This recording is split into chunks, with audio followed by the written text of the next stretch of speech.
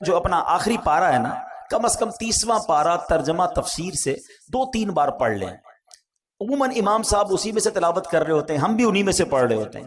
آپ جب پتہ چلے گا نا کہ آپ بات کیا کر رہے ہو، الحمدللہ رب العالمین الرحمن الرحیم مالک یوم الدین، اب آپ قرآن کے ساتھ ہوں گے، نور کے دریا میں تیر رہے ہوں گے. رحمان کی بات ہو رہی ہے، رحیم کی بات ہو رہی ہے، یوم الدین یعنی قیامت کے مالک کی بات ہو رہی ہے. اب اللہ سے التجا ہو رہی ہے، ایاک نعبد و ایاک نستعین، اے اللہ ہم تیری ہی عبادت کرتے ہیں، تجھی سے مدد چاہتے ہیں. اب آگے چلیں گے، اے اللہ اس راستے پر چلا دے جو تیرے پسندیدہ بندوں کا راستہ ہے، اس راستے سے بچا لے جو تیرے غضب والوں کا راستہ ہے. اب جناب رحمت کی آیتیں آئیں گی، دل جھومنے لگے گا، عذاب کی آیتیں آئیں گی، آنسو بہنے لگیں گے. واللہ میری بات کو سمجھ لو، جس کو قرآن سمجھ آنے لگ گیا نا، کبھی کبھی جب اچھا قاری تلاوت کرتا ہے، امام صاحب تلاوت کرتے ہیں نا، جن کو قرآن سمجھ آ رہا ہوتا ہے نا، وہ کہتے ہیں امام صاحب رکوع میں نہ جائیں، اور تلاوت کریں، اللہ کی اور باتیں سنائیں ہمیں، اور قرآن کی باتیں سنائیں، کیونکہ قرآن کے ساتھ وہ اٹیچ ہو جاتے ہیں. لیکن جس کو انڈرسٹینڈنگ ہی نہیں ہے اس کو کیا فائدہ ہوگا؟ پلیز قرآن سے ایسی دوستی کرو. اور میں آپ کو کوئی بہت بڑا کام نہیں بتا رہا، کم از کم 30واں پارا ترجمہ تفسیر، اب تو صراط الجنان آ گئی ہے، حاصل کر لے، پڑھ لیں، آپ کی زندگی بدل جائے گی. واللہ جس کو نماز سمجھ آنے لگ جائے گی اس کو نماز کا مزہ ہی اور آتا ہے. سبحان ربی العظیم جب وہ کہتا ہے اور وہ سمجھتا ہے کہ میں عظیم رب کی تعریف کر رہا ہوں، تو بعض اوقات تو آنکھوں سے آنسو نکلتے ہیں. سجدے میں جا کر سر جھکا کر سبحان ربی العالی جب دل کی گہرائیوں سے بندہ ادا کرتا ہے تو اللہ کو گویا یہ کہہ رہا ہوتا ہے، اے اللہ سر بھی تیرے دربار میں جھکا دیا، اب میں نے سب کچھ تیرے دربار میں جھکا دیا ہے، اپنا سراپا تیرے بارگاہ میں جھکا دیا ہے. اے اعلیٰ رب، اے مالک، اے خالق، اے سب سے بڑے مولا، اب مجھ پر نگاہ رحمت فرما دے. پھر بندہ اس کیفیت سے نماز پڑھتا ہے. تو اگر نماز کا لطف لینا چاہتے ہو تو نماز کو سیکھیں، نماز کو انڈرسٹینڈ کریں، نماز کے اندر جو قرآن ہے کم از کم اس کو جانیں. صحابی رسول نے سورہ قارعہ سنی، دل کی کیفیت بدل گئی، خوف خدا میں مبتلا ہو گئے. یہ بات ہمیں اس واقعے سے سیکھنے کو ملی. اب ایک اور بات جو اس بات سے سیکھنے کو ملی کہ دعا کیا کرنی چاہیے. کچھ لوگ بڑے نادان ہوتے ہیں، کہتے بس یا اللہ یہ کام کر دے بھلے وہ نہ کرنا، بس یہ کام ہو جائے باقی بھلے خراب ہو جائے. کیوں خراب ہو جائے؟ اچھا معاذ اللہ کچھ لوگ اپنے لیے بد دعائیں کر رہے ہوتے ہیں. پہلے ایک بات سمجھ لو، ہمیں نہیں پتا ہوتا کون سا وقت قبولیت کا ہوتا ہے. ہاں بری باتیں نہ نکالا کرو. یہ ماں باپ کو بھی ایک مشورہ دے رہا ہوں، بچہ تنگ کرے، بچہ پریشان کرے تو بعض اوقات مائیں کوسنے دے رہی ہوتی، تجھے کیڑے پڑے، تو برباد ہو جائے، تو کبھی ترقی نہ کرے. یہ نہ کہا کرو، کیا پتا یہ قبولیت کی گھڑی ہو اور تمہارا بیٹا برباد ہو جائے. اچھی بات، اللہ کی بارگاہ میں اچھی باتیں اور اچھی دعائیں کرنی چاہیے، اور اپنے لیے بھی ایسے ہی کیا کریں. کیسی دعا کر دی کہ اللہ دنیا میں آزمائش میں ڈال دے، آخرت میں مت ڈالنا. ارے میرے رب کے خزانے بہت بڑے، اس سے مانگو نا. ربنا آتنا فی الدنیا حسنہ وفی الآخرۃ حسنہ وقنا عذاب النار. اے اللہ دنیا بھی اچھی کر دے، آخرت بھی اچھی کر دے، عذاب قبر سے بھی بچا لے. رب سے مانگو، مانگ کریم سے رہے ہو. ہمارے پاس پیسے تھوڑے ہوتے ہیں، ہمارے اور آپ کی اتھارٹی تھوڑی ہے، ہمیں لگتا ہے یار اس سے ایک چیز مانگوں گا دے دے گا، 2 مانگوں گا دے نہیں سکے گا. بندہ کہتا ہے ایک ہی لے لو یار. دنیا والوں میں چلتا ہے. میرے رب کے خزانے جس کا کوئی کنارہ نہیں، وہ خزانے نہ ختم ہونے والے ہیں، وہ ہم سب کو جنت میں ڈال دے، اس کی رحمت میں کوئی کمی نہیں پڑے گی. تو مانگو نا اس سے دل کھول کر. تو رب سے ہمیشہ دل کھول کر اور یقین کے ساتھ مانگنا چاہیے، اور ایسی دعا نہیں کرنی چاہیے کہ جس میں آزمائش کی دعا، پریشانی کی دعا، بربادی کی دعا. اللہ پاک جو ہے ہمیں خوب اچھی دعائیں کرنے کی توفیق عطا فرمائے. اب آتے ہیں اس سورہ قاریہ میں تھا کیا ایسا کہ صحابی رسول اتنے خوف زدہ ہو گئے ہیں. اب ذرا اس سورہ قاریہ کے بارے میں جانتے ہیں، اور اس سے آپ کو ایک اور بات بھی سیکھنے کو ملے گی کہ جب ایک سورت میں اتنا کچھ ہے تو جو پورا قرآن سمجھ رہا ہوگا، پورا قرآن پڑھے گا، تو اس کے دل میں کیسی کیسی باتیں، کیسے کیسے خزانے آنا شروع ہو جائیں گے. سورہ قاریہ جو ہے، یعنی جس مبارک سورت کی تلاوت انصاری صحابی نے زبان مصطفیٰ سے سنی، ان پر خوف خدا کا غلبہ ہوا. یہ قرآن کریم کی مختصر صورتوں میں سے ہے، 30ویں پارے میں ہے. اس میں 1 رکوع ہے اور 11 آیتیں، بس صرف 11 آیات تلاوت کرو تو 2 منٹ میں پوری ہو جاتی ہے. اور اس سورت میں قیامت کی ہولناکیوں کو بیان کیا گیا ہے. اور سورہ قاریہ کے مضامین کے لحاظ سے 3 حصے بنتے ہیں۔ نمبر 1 قیامت کی ہولناکیوں کا بیان ہوا، دوسرے حصے میں اس بات کا بیان ہوا کہ جب قیامت آئے گی تو اس وقت دنیا کی کیا حالت ہوگی، ایٹماسفیئر کیسا ہوگا، اور تیسرے حصے میں قیامت کے اختتام کا بیان ہے کہ امتحان کیسے ہوگا، اس سینیریو میں جب لوگوں کا ایگزام ہوگا تو وہ کیسے ہوگا۔ صرف 11 آیتوں میں رب نے قیامت کا نقشہ بھی کھینچ دیا اور کیا ہوگا اس میں یہ بھی بتا دیا۔ اب ذرا غور سے دل تھام کر، اللہ کرے کہ ہم پر بھی اس صحابی رسول کی کیفیت کا صدقہ نصیب ہو اور ہم قرآن سنیں اور اللہ کے خوف سے بھی لرزہ کریں جب بھیانک، خوفناک اور عذاب کی باتیں ہوں۔ اللہ قرآن میں فرماتا ہے بسم اللہ الرحمن الرحیم القارعۃ ما القارعۃ وما ادراک ما القارعۃ۔ القارعہ اس کا ترجمہ کیا اعلیٰ حضرت نے دل دہلانے والی۔ مل قارعہ کیا وہ دل دہلانے والی، وما ادراک مل قارعہ اور تم نے کیا جانا کیا ہے وہ دل دہلانے والی۔ 3